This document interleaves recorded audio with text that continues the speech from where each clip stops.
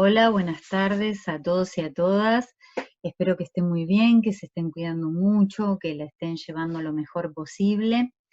Nos volvemos a reencontrar con este formato de video que lo que busca es reemplazar las clases presenciales de los sábados que no podemos realizar.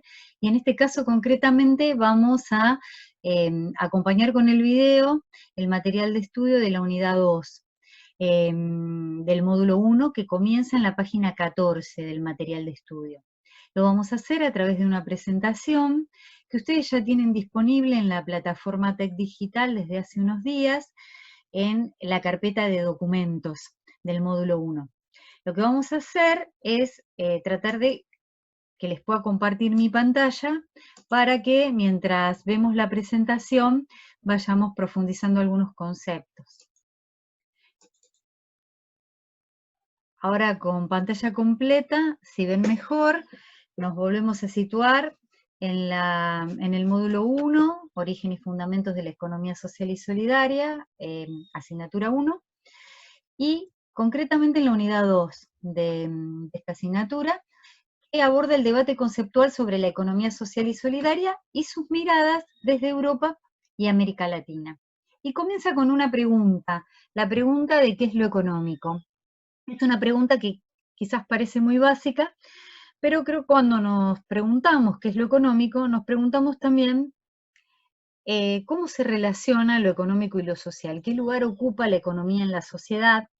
Y de la respuesta que le demos a esta pregunta va a depender los problemas que prioricemos y las formas de abordarlo. Y la respuesta a qué es lo económico va a estar relacionada a la perspectiva no solo con la que analicemos el campo económico, sino nuestra perspectiva de análisis del sistema mundo en general. Tomando a Karl Polanyi, el antropólogo húngaro del que les hablamos en las clases anteriores, autor de un libro maravilloso que se llama La Gran Transformación, Polanyi va a identificar dos enfoques, el enfoque sustantivo y el enfoque formal. Polanyi se inscribe dentro del enfoque sustantivo y en él van a ver que se van a enmarcar los principales teóricos de la economía social y solidaria actuales, tanto de Europa como de América Latina. El otro enfoque, que es al que Polanyi llama formal, es el enfoque de la economía hegemónica, que fue incorporada por los neoclásicos como la perspectiva única de la economía. Estas dos perspectivas las vamos a analizar en torno a dos cuestiones, a la definición de economía y a los principios e instituciones que organizan la economía.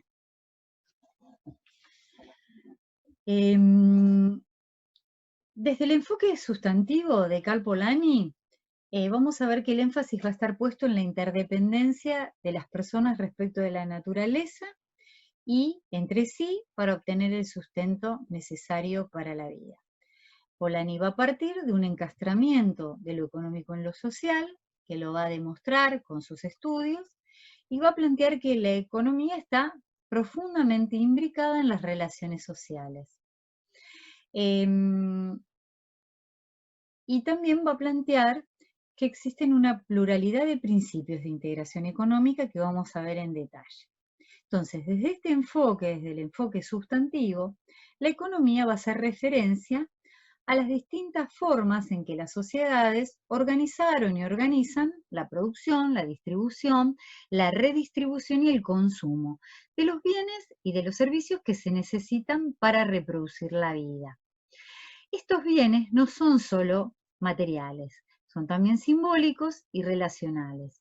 Y cuando hablamos de reproducción de la vida, no estamos hablando solamente de subsistir, de comer, de tener abrigo, sino que estamos hablando de realizarnos como seres humanos y en armonía con la naturaleza. Y esa realización y la mejora de la calidad de vida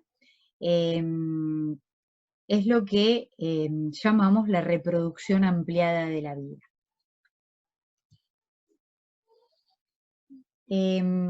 Polanyi hace un aporte central en cuanto a la desnaturalización del mercado autorregulado.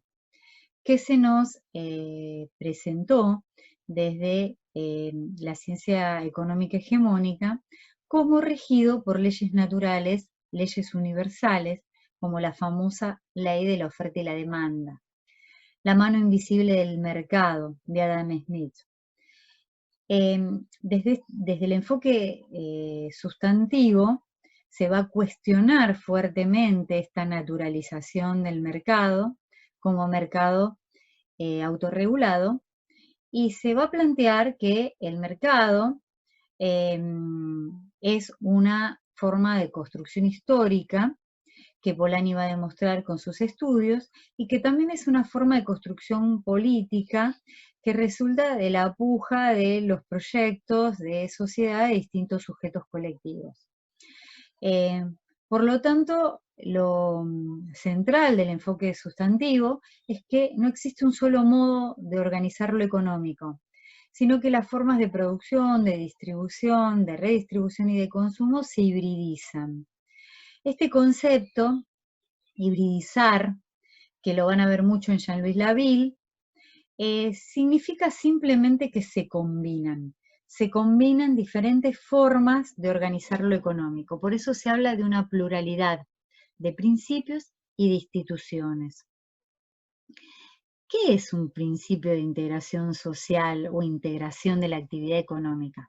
Bueno, vimos que Polanyi va a hacer referencia a este proceso de interacción de las personas entre sí con la naturaleza, y que a partir de esta interacción las sociedades se van a organizar para proveer las bases materiales y no materiales que satisfagan las necesidades de sus miembros.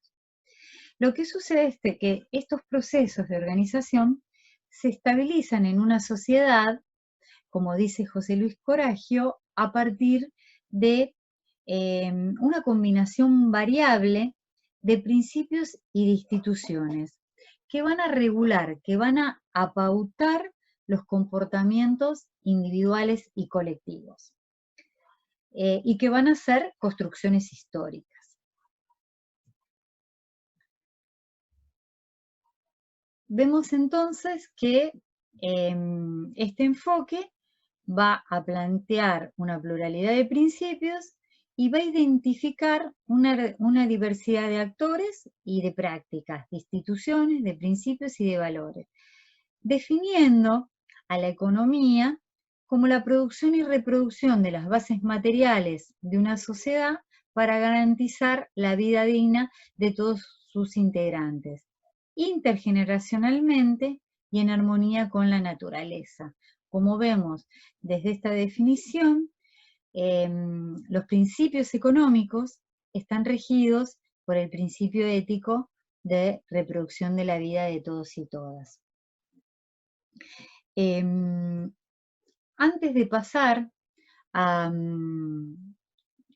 profundizar en los distintos principios de integración que desarrolla Karl Polanyi, lo que tenemos que tener en cuenta es que esta crítica al mercado autorregulado que hace Polanyi y que retoman pensadores como Labille en Europa y Coragio en Argentina, lo que propone es reencastrar la economía en lo social, es decir, recuperar todas esas prácticas sociales y mecanismos de institucionalización que están en contradicción con la visión hegemónica.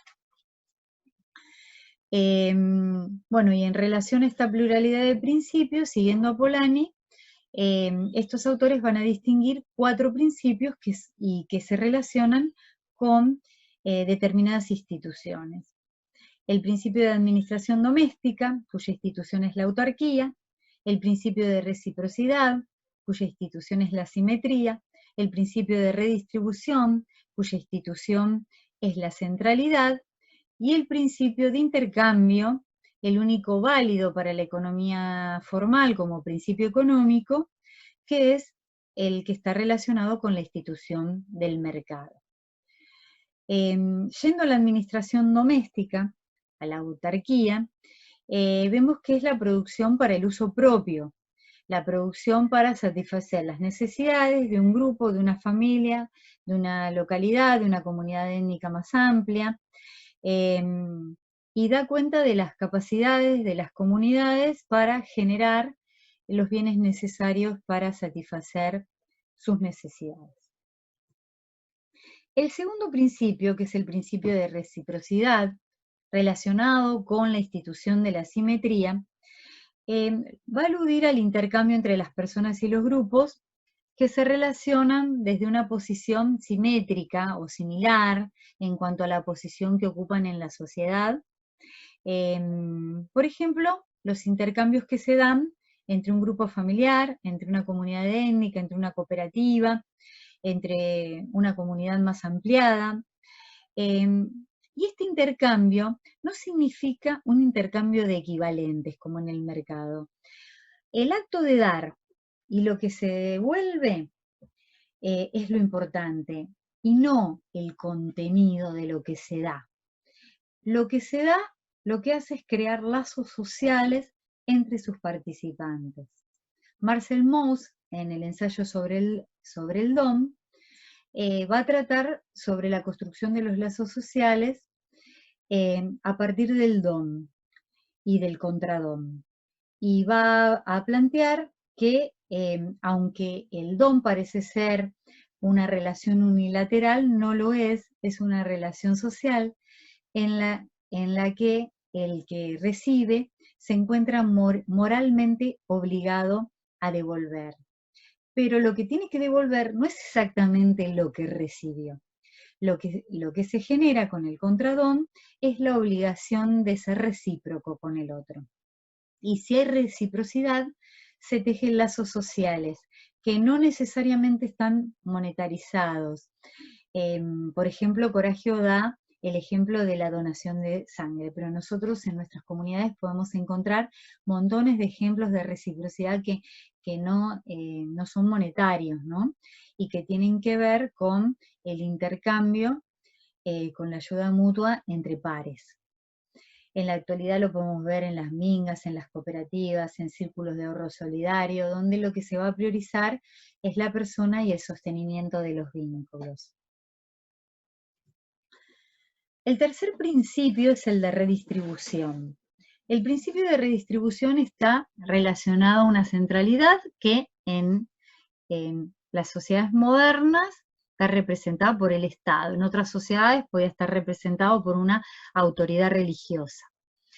En la redistribución hay un doble flujo de bienes que son entregados por los integrantes de un colectivo a un centro, que es esta autoridad política o religiosa.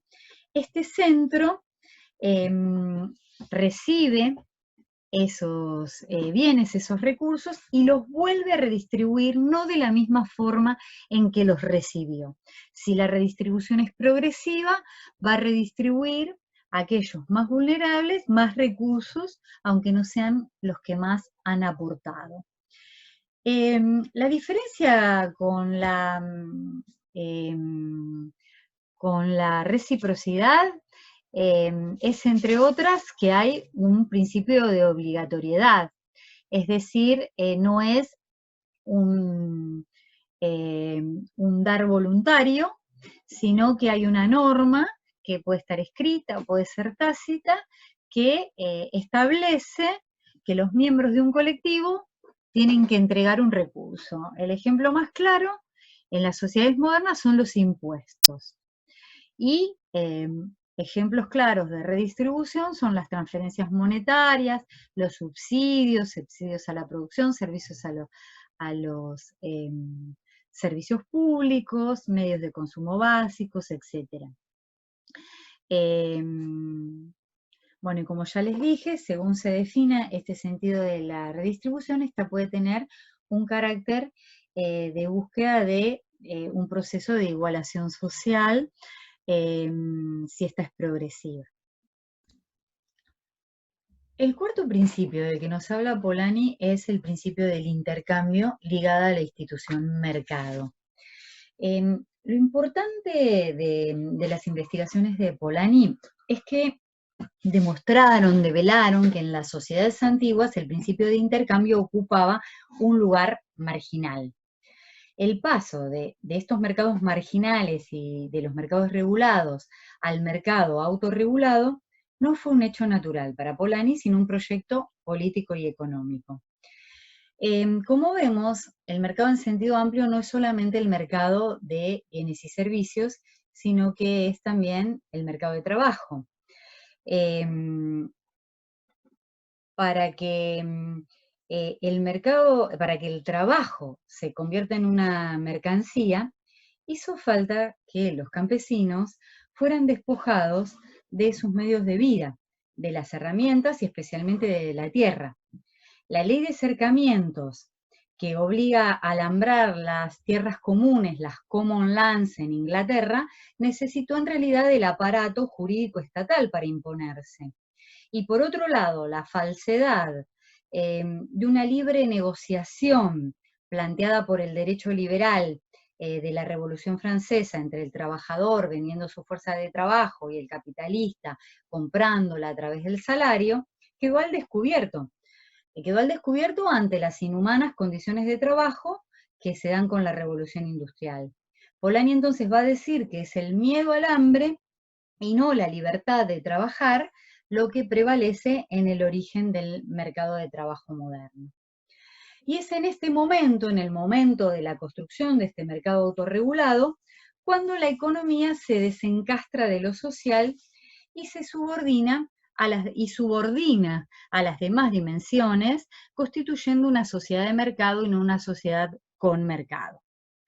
Esta necesidad de conservar el orden de la burguesía en ascenso no significó para Polanyi la imposición de un nuevo orden, sí significó, perdón, para Polanyi, la imposición de un nuevo orden, y él lo denomina la gran transformación.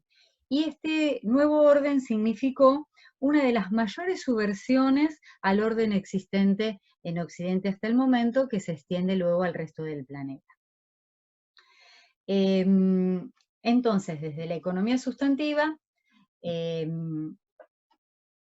vamos a ver que para que exista intercambio, desde nuestra perspectiva, tiene que haber una relación entre las personas, y que este sistema capitalista pretende invisibilizar esas relaciones y demostrar que su funcionamiento se produce por leyes naturales y a partir de una institución autorregulada que es el mercado.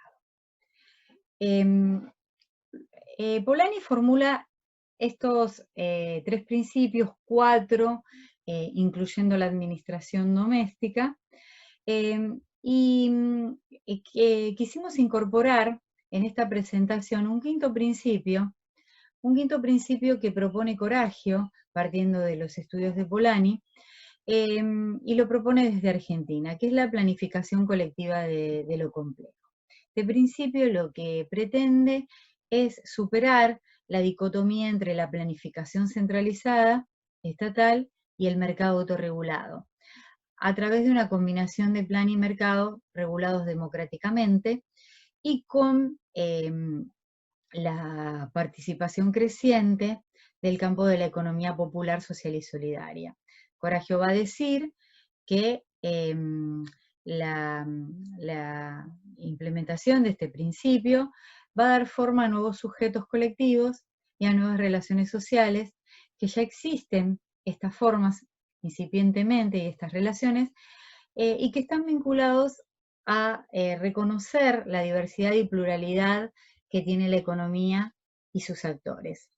Este principio yo creo que es importante verlo en forma incipiente, lo podemos ver actualmente en la forma en que las organizaciones, las cooperativas, las entidades, las universidades y otras entidades de ciencia y técnica se están coordinando, lideradas en la mayoría de los casos por el Estado y en otros casos a partir de las iniciativas de las propias organizaciones, se están coordinando para resolver distintas necesidades en la lucha contra la pandemia del COVID-19.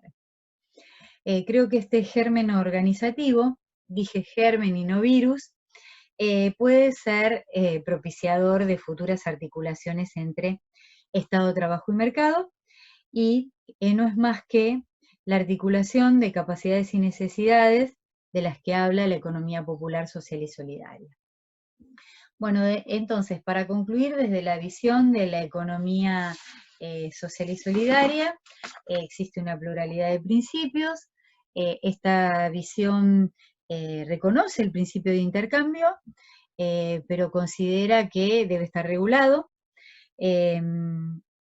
y que todos los principios deben subordinarse al principio racional de reproducción ampliada de la vida. Es un principio que tanto Hinkelhammer como Coragio consideran un principio de racionalidad y no un principio moral, que lleva a la conservación y la mejora de la vida de todos y en el planeta, de la vida humana y no humana en el planeta. Por otro lado, la economía formal va a hacer planteos muy diferentes. Se va a centrar en el principio de intercambio como el único al que considera eficiente, y va a reconocer el principio de redistribución solamente en los casos en los que haya fallas del mercado. Los neoclásicos van a hablar de fallas del mercado, considerando que es en ese caso en que el Estado debe intervenir, y lo van a plantear como fallas, por ejemplo, los monopolios, o van a considerar la necesidad de intervención del Estado ante las crisis. Pero después de eso consideran que el, el Estado no debe intervenir, ya que distorsiona esta eficiencia del mercado. Y esto está totalmente relacionado con la definición de economía formal moderna. Incluimos en el material de estudio, donde dice que la noción de economía parte del concepto de la escasez. Una escasez en un marco de necesidades infinitas, que muchos autores inscriptos en esta perspectiva van a llamar deseos ilimitados. La función de la economía va a ser administrar eficientemente los recursos escasos ante los deseos ilimitados. ¿Quiénes van a acceder a esos recursos? Quienes tengan poder de compra, ya que la institución que coordina es el mercado autorregulado. Quienes tienen poder de compra o demanda solvente, como se dice, van a ser quienes puedan satisfacer sus deseos y necesidades.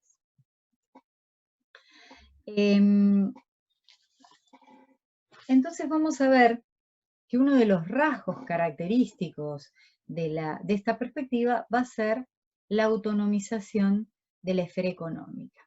Si lo económico se va a reducir al mercado, y el problema central va a ser la escasez.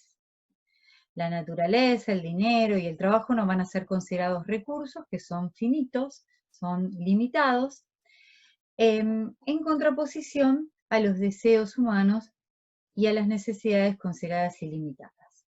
Por lo tanto, como ya dijimos, la economía debe ser eficiente, debe diseñar mecanismos para atender estas necesidades con medios escasos.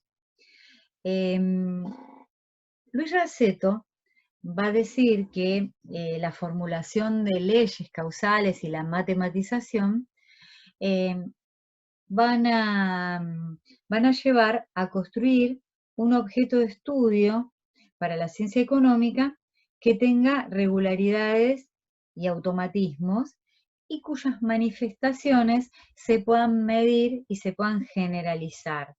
Entonces, para Raceto, la economía va a legitimar su carácter de ciencia y su autonomización, desvinculándose de la filosofía social y política, adoptando el método de las ciencias exactas y naturales, que tenían el máximo prestigio. Y la ciencia económica va a buscar explicar los fenómenos a través de leyes. verificándose, como ya dijimos, una fuerte tendencia a la matematización, desde la creencia que solo es científico lo que es matemáticamente formulable y medible, reforzando esta tendencia a separar niveles o esferas de la realidad, lo económico, lo político, lo cultural, como esferas separadas. Autores como Hinkelhammer y Coragio van a decir que el mercado autorregulado y la autonomización de la economía son una utopía, que están guiadas por un principio ético que es el principio de la libertad individual y que constituyen una irracionalidad que llevan al desastre.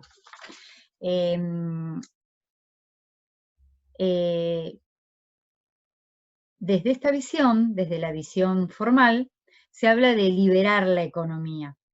En realidad, desde la crítica de los sustantivistas, la economía no se libera, sino que se orienta hacia determinados intereses, porque lo económico está imbricado en las relaciones sociales.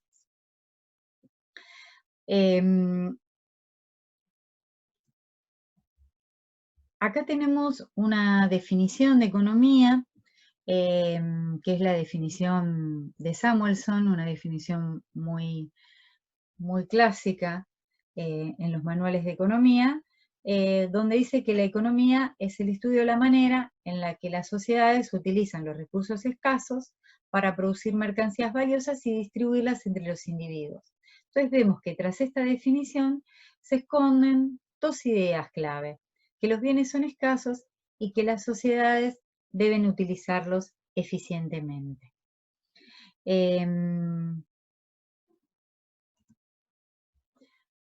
Para resolver esta asignación eficiente de recursos hacia múltiples fines, se recurrió al mercado, y son los precios, es el sistema de precios, la pauta para la distribución, a través del poder de compra que ya les hablé, de la demanda solvente de los individuos. Entonces, el mercado se constituye la institución donde se ejercen estas acciones individuales para lograr el bienestar de la sociedad. Entonces, desde esta perspectiva, solo serían económicas las prácticas que pasan por el mercado. Pero esto no es más que un nuevo orden del que habló Polanyi en la Gran Transformación, que necesitó, como vimos, del aparato coercitivo del Estado y del establecimiento de un nuevo sistema jurídico que mercantilizó el trabajo y mercantilizó la tierra entre las principales transformaciones. Y este nuevo orden es presentado como natural. La ciencia económica, entonces, en su etapa neoclásica, busca desvincularse de la ciencia política y de la filosofía y homologarse, como ya dijimos, a las ciencias exactas y naturales, que son las que tenían el mayor prestigio científico. ¿Cómo se llega a que este nuevo orden de mercado se presente como basado en conductas naturales? Bueno, lo que va a decir Luis Raceto es que se llega a través de la generalización de las decisiones y de las actividades de los distintos sujetos. De los distintos sujetos económicos y sociales que se desenvuelven conforme a modos de comportamiento que son relativamente constantes y por lo tanto son predecibles.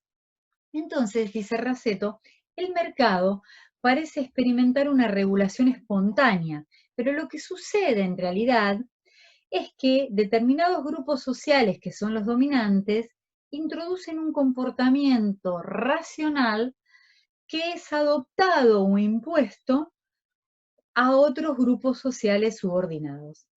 Así entonces es que podemos entender que la iniciativa libre de los sujetos independientes da lugar a un sistema que parece funcionar en forma automática. Y esto sucede en realidad porque las conductas han sido homogenizadas según un modelo de comportamiento único, que es el del Homo economicus. Cada uno persiguiendo individualmente la maximización de su beneficio mediante la racionalidad capitalista, va a lograr el bienestar por agregación, el bienestar de todos. Entonces desaparecen para Raceto las personas en su infinita variedad de comportamientos y se reemplaza por una abstracción, el homo economicus y su racionalidad maximizadora, que Hinckelhammer considera la mayor de las irracionalidades.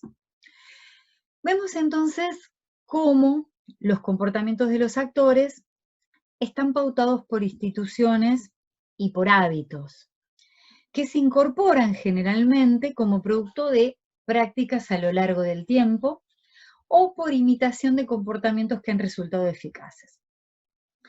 Podemos sintetizar entonces el principio de mercado autorregulado como resultante de la automatización de comportamientos de los sectores de la burguesía que se han impuesto como hábitos y como normas al resto de los sectores sociales, y que legitimaron así una serie de prácticas que están fundadas en el principio ético de las libertades individuales y restrictas. Estas libertades negativas, que se traducen principalmente en la libertad de consumo y en la libertad de empresa, también en algún momento la libertad de prensa fue puesta en este lugar. Entonces, libertad de consumo y libertad de empresa pretenden mercantilizar, como dice Coragio, bajo el programa neoliberal actualmente, todas las esferas de la vida social. Pero estas libertades individuales reproducen estructuras de mercado que limitan efectivamente las libertades al imponerse como leyes naturales.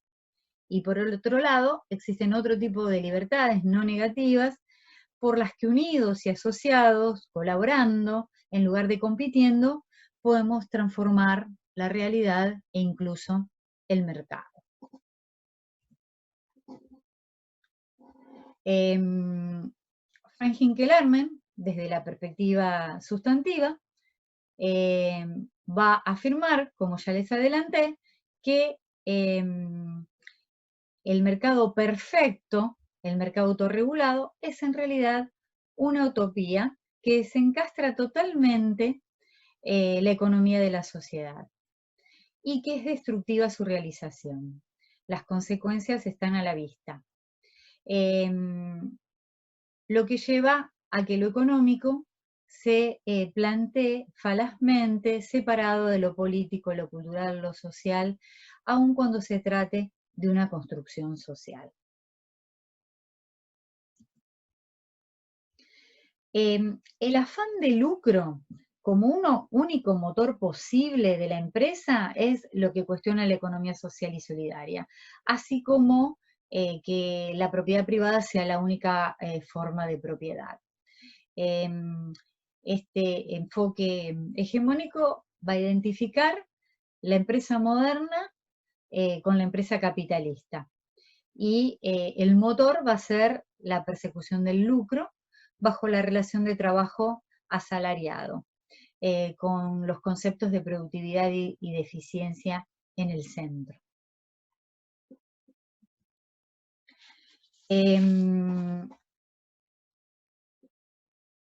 Para cerrar, y antes de ver estos enlaces que aquellos que tengan tiempo se los recomendamos, tendríamos que reponer entonces la idea de transformación continua de la sociedad y de las instituciones, guiadas por este principio de racionalidad, que es el principio ético de reproducción ampliada de la vida. ¿Con qué propósito? Con el propósito de identificar prácticas que desde la economía social identifiquen, estabilicen en realidad principios y construyan nuevos hábitos, adquiriendo así fuerza instituyente. ¿Para qué? Para que junto con un Estado democrático y comprometido con el bienestar general, se disputen nuevas institucionalizaciones y se participe activamente en la institucionalización de este quinto principio de coordinación, de participación en lo complejo, que hoy adquiere tanta importancia. Bueno, espero haber sido clara. En los webinars que hagamos por Zoom podemos discutir y ampliar estos principios y estos conceptos que vimos hasta ahora. Y les dejo, para cerrar este video, 3 enlaces.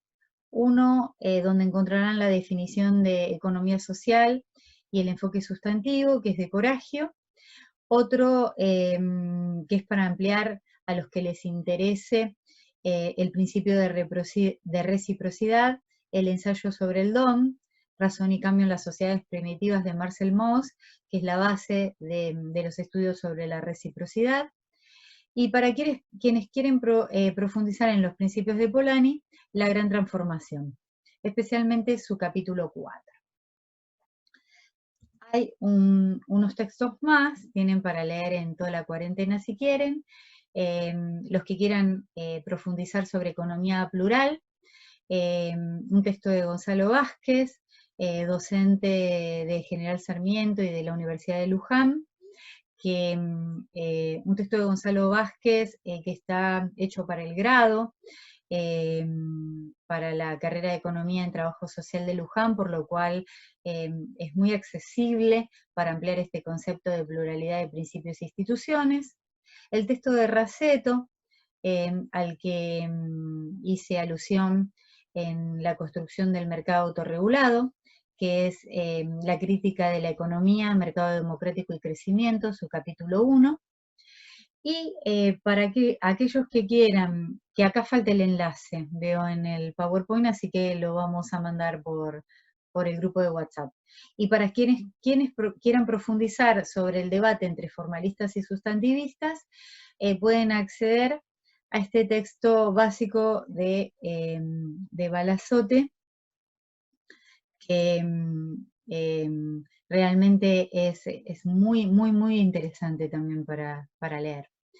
Bueno, espero que puedan estar siguiendo el material de estudios y nos reencontramos en la próxima teleconferencia y espero que este video les sea útil y si no, háganme llegar por favor por el grupo las críticas constructivas y los comentarios que quieran hacer. Me despido, hasta luego.